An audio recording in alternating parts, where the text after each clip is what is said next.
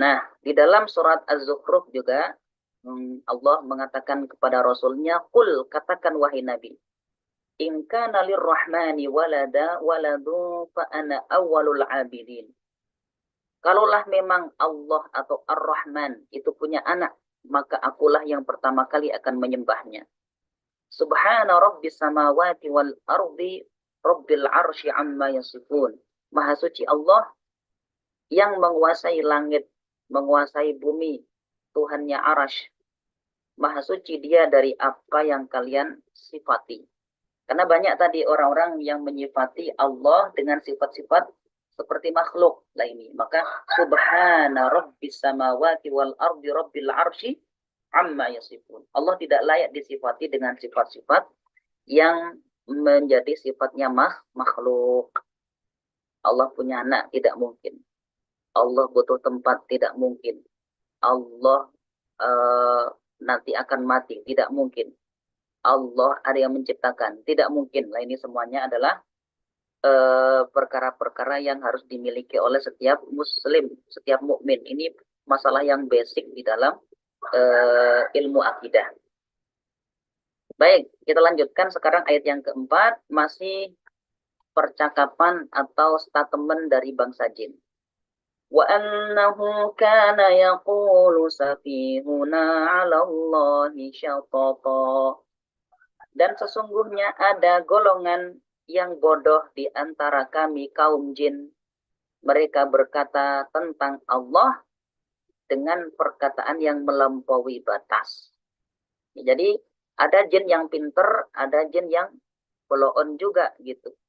Kalau jin yang pinter mereka akan tentu berhati-hati, terutama ketika berbicara tentang masalah ketuhanan, tentang Allah. Tapi ada jin-jin yang juga ternyata tidak berpikir, artinya mereka tidak menggunakan kemampuan berpikirnya untuk apa namanya, agar ucapannya itu terkontrol. Ya, mereka berbicara tentang Allah dengan pembicaraan yang melampaui batas. Ya, memang dari sini kita bisa menafsirkan atau kita bisa memahami bahwa ada dari golongan jin itu yang mengatakan Allah punya anak, Allah punya istri, dan lain sebagainya. Kalimat-kalimat yang itu mengarah kepada, bukan hanya mengarah, sudah jatuh ke dalam kekufuran.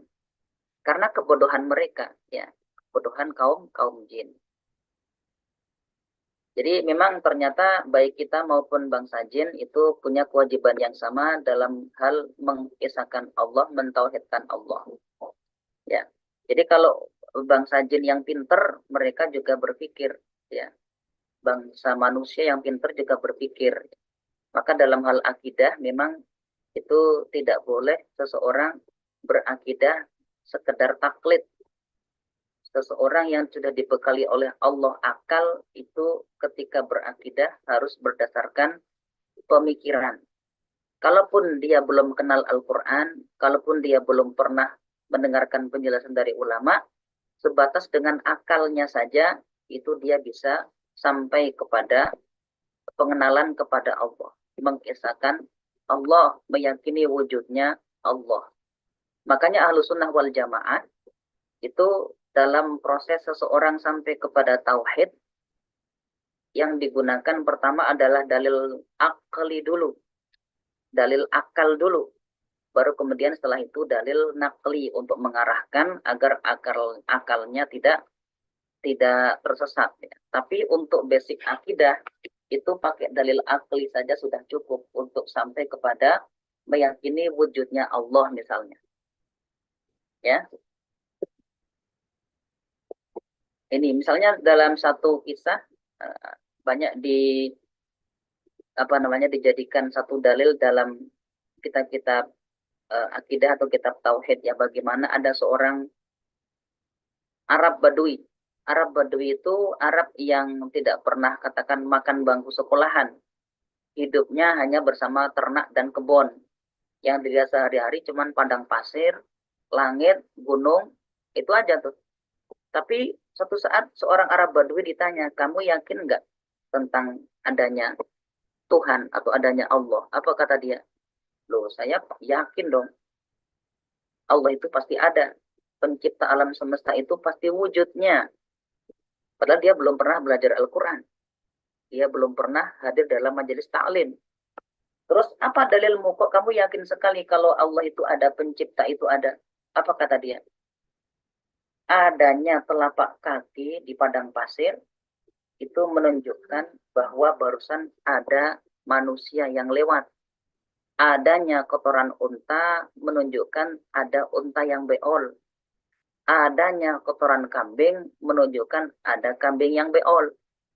Maka adanya langit yang terhampar luas, adanya gunung yang berdiri kokoh, adanya bumi yang begitu begini sangat luas jalan-jalannya, tidak lain dan tidak bukan kecuali menunjukkan adanya Sang Pencipta alam semesta yang begitu sangat berkuasa.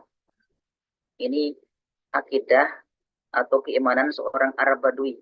Sederhana sekali untuk memahami konsep keimanan atau konsep tauhid, diawali dengan dalil nakli, kemudian dikawal dengan dalil akli.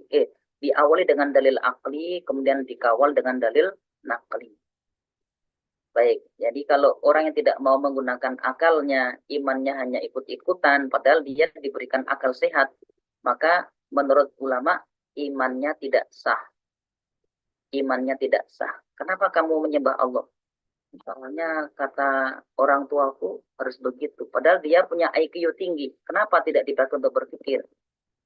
Nah, maka setiap kita diberikan beban atau perintah untuk menggunakan akal sehat kita, memahami konsep ketuhanan, terutama adalah tentang wujudnya Allah Subhanahu wa Ta'ala. Ayat yang kelima, Allah katakan, ini masih juga Allah menukilkan kata-kata kaum jin yang datang kepada kaumnya tadi. Wa anna dhananna an lam taqulal insu wal jinnu 'ala Allahi kadhiba. Kata kaum jin, dulu kami mengira bahwa manusia dan jin itu tidak mungkin mengatakan perkataan dusta terhadap Allah. Jadi ini bangsa jin ini merasa diprank gitu ya oleh banyak orang dan banyak saudara-saudara mereka yang mengatakan misalnya Allah itu punya anak, Allah itu punya istri. Mereka bilang, dulu kami kira manusia dan jin itu nggak bakal berdusta tentang Allah. Lah setelah kami mendengar bacaan Al-Qur'annya Nabi Muhammad SAW, ternyata kami baru nyadar selama ini kami ini mengikuti kebohongan-kebohongan baik dari bangsa manusia maupun bangsa jin yang mengatakan bahwa Allah itu begini dan begitu. Allah punya istri, Allah punya anak. Kami nggak nyangka bahwa manusia dan jin itu bakal berdusta selama ini. Nah, ini ada yang kena prank ya. Lah ini bagaimana nih kalau orang selama hidupnya ternyata dia dalam didustai gitu ya oleh orang tuanya sehingga dia tidak beriman kepada Allah. Lah, kalau memang dia tidak pernah mendapatkan informasi yang benar tentang Allah sehingga hidupnya sepanjang hidup itu dia mengkufuri Allah, maka orang yang semacam itu tidak berdosa. Karena orang itu mukallaf, syaratnya berapa orang itu mukallaf? Pertama, dia balik, dua, berakal sehat, tiga, sampai kepadanya dakwah. Ya, yang keempat, mata atau telinganya aktif, matanya bisa melihat atau telinganya bisa mendengar. Dia balik, oke. Akalnya sehat, oke. Matanya melihat, telinganya mendengar. Tapi selama hidup dia tidak pernah mendengar dakwah tentang tauhid, tidak pernah mendengarkan penjelasan tentang ma'rifatullah. Maka orang yang semacam itu atau jin yang semacam itu termasuk kelompok yang tidak taklid, tidak mendapatkan taklid. Kalaupun mereka mati tanpa dosa, ya, karena bukan mukallaf. Nih, kalau dulu mungkin ada di antara golongan jin tidak pernah mendapatkan dakwah yang benar sehingga hidupnya Hidupnya menyekutukan Allah. Nah, semoga Allah mengampuni, dan memang begitu konsepnya. Wa ma kunna mu'adzibina hatta nab'atsa rasula. Kami tidak mengadab siapapun sampai kaum tersebut mendapatkan peringatan yang kami datangkan.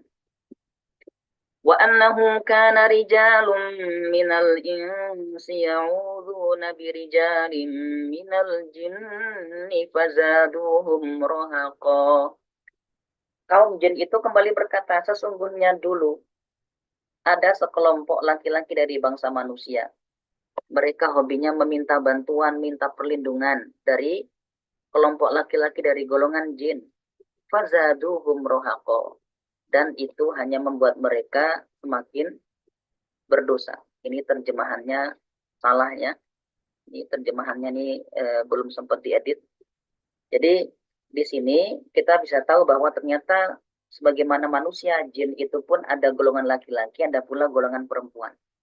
Maka kalau kita masuk kamar mandi, doanya apa? Allahumma inni a'udzubika minal khubuthi wal khaba'is. Ya Allah, aku berlindung kepadamu dari jin laki-laki maupun jin perempuan. Di kamar mandi itu ada yang laki-laki, ada yang perempuan. Kalau kita masuk ke kamar mandi, ke toilet, tidak berdoa, itu bangsa jin yang laki-laki maupun perempuan yang nunggu di kamar mandi bisa melihat aurat kita semuanya. Maka kalau kita mau tidak dilihat oleh bangsa jin, pastikan sebelum masuk kamar mandi baca ini doa yang diajarkan baginda Nabi. Ya, walaupun malaikat nggak ikut, kita ke kamar mandi itu malaikat nggak ikut, tapi jin nunggu di dalam. Nah kan malu juga kalau aurat kita setiap saat dilihat oleh mereka. Maka doa ini, a'udzubika minal khubuthi wal khaba'is. Jin berarti juga beranak pinak, karena ada laki-laki, ada perempuan, mereka pun beranak pinak. Ada pula nanti adalah jin muslim dan jin kafir, nanti pembahasan berikutnya.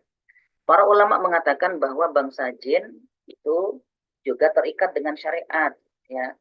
Apakah persis sama dengan syariat kita? Ya tentu tidak, ya. Ada beberapa aturan yang mungkin berbeda dengan kita, tapi konsep dasarnya sama, tentang tauhid itu sama, sholat sama. Tapi tentang haram halal barangkali ada sedikit perbedaan dengan kita nanti ya. Wallahu alam, detailnya ini yang tahu hanya Allah Subhanahu wa taala. Nah, maka kalau misalnya kajian semacam ini baik itu online maupun offline, barangkali di sekitar kita ada juga bangsa jin yang menyimak karena mereka pun butuh untuk paham terhadap firman-firman Allah ya. Lah yang dicela oleh Allah ya dalam surat ini adalah bagaimana dulu ada bangsa manusia yang hobinya itu meminta perlindungan kepada bangsa jin. Nah, ini tidak diperkenankan untuk kita sebagai manusia minta bantuan ya atau minta pertolongan kepada bangsa jin. Dulu orang-orang Arab itu kalau melewati padang pasir atau lembah yang dibilang wah angker banget di lembah nih, maka mereka kemudian minta perlindungan dengan mengatakan na'udzu bisayyidi hadzal wadi min sufaha'i qaumi. Kami mohon perlindungan kepada para penguasa lembah ini. Jin-jin para penguasa, jin-jin yang kuat, ifritnya barangkali. Agar tidak diganggu oleh jin-jin yang suka iseng. Ya kaum-kaum yang bodoh dari golongan jin yang gampang iseng. Nah, ucapan itu ternyata membuat bangsa jin semakin sombong. Ya, dan manusia semakin diperalat. Ini bisa menjadi pintu gerbang masuknya praktek-praktek kesyirikan ya. Walaupun tidak serta-merta syirik, tapi menjadi pintu gerbang masuknya kesyirikan. Karena ketika semakin lama seseorang berinteraksi dengan kaum jin, minta bantuan ini dan itu, nanti kaum jin akan mudah sekali untuk menyesatkan, minta ini pula, minta sajian itu pula, bahkan sampai ada yang disyaratkan, aku bantu kamu asalkan kamu menghina Nabi Muhammad. Aku bantu kamu asalkan kau jadikan mushaf Al-Quran sebagai injakan di toilet. Nah ini semuanya akan menjadikan seseorang semakin jauh, bahkan bisa jatuh ke dalam dosa syirik. Maka Nabi mengajarkan kepada kita ketika melewati sebuah tempat, dalam perjalanan misalnya goes ya, mampir ke hutan, istirahat sebentar, jangan langsung tiduran di pinggir pohon besar misalnya ya. Tapi ada doanya dulu agar kita tidak diganggu oleh kaum jin. Apa doanya? Nabi mengatakan, "Man nazala mangzilan." Siapa yang singgah di suatu tempat. Tsumma qala, kemudian dia berkata, "A'udzu bikalimatillahi tammati min syarri ma khalaq." Nah, ini doanya nih. A'udzu bikalimatillahi tammati min syarri ma khalaq. Aku berlindung dengan kalimat-kalimat Allah yang sempurna dari kejahatan makhluk-makhluknya. Nah, di situ apa janji baginda Nabi? La yadurruhu syai'. Dia tidak akan terkena bahaya apapun hatta yartahila min manzilihi dzalik. Sampai dia nanti pergi meninggalkan tempat itu dengan selamat. Makanya Bapak Ibu, kalau dalam perjalanan, misalnya tiba-tiba kebelet pipis, akhirnya mampir di pinggir jalan. Jangan lupa doa ini. A'udzu bikalimatillahi tammati min syarri ma khalaq. Ya, jangan kemudian malah punten Mbah, cucu mau pipis dulu Mbah, tolong jangan diganggu. Lah ini kalimat semacam ini tidak diperkenankan. Baik, waktunya udah habis ya. Ayat yang ketujuh terakhir wa annahum dhannu kama dhanantum allai yab'atsallahu ahada. Dan sesungguhnya mereka bangsa jin itu dulu mengira sebagaimana yang dikira oleh kalian wahai orang-orang musyrik Mekah, allai yab'atsallahu ahada, bahwa Allah itu tidak akan membangkitkan siapapun. Artinya dulu tahunnya bangsa jin ini bahwa nggak ada hari kiamat. Banyak dari kaum jin mereka tidak meyakini adanya hari kebangkitan. Sama dengan manusia dulu, ya di awal-awal dakwah Nabi yang paling diingkari adalah ajakan Nabi untuk beriman kepada hari kiamat, hari kebangkitan, yaumil hisab. Mereka paling anti ya. Penolakan yang paling mendasar orang-orang kafir Quraisy itu adalah ketika diajak untuk mengimani adanya hari kebangkitan. Dan itu pun terjadi juga ternyata di kalangan kaum jin. Mereka tidak meyakini adanya hari kebangkitan. Baik, insya Allah bersambung ke part 2 ya. Sudah selesai sampai ayat ke-7. Insya Allah nanti kelanjutannya nantikan di episode berikutnya. Demikian, semoga 7 ayat ini bisa menjadikan kita semakin dekat dengan Al-Quran, semakin yakin pada Allah, semakin mantap tauhidnya, dan semakin bisa memahami bagaimana interaksi kita dengan kaum jin, batasan-batasannya seperti apa.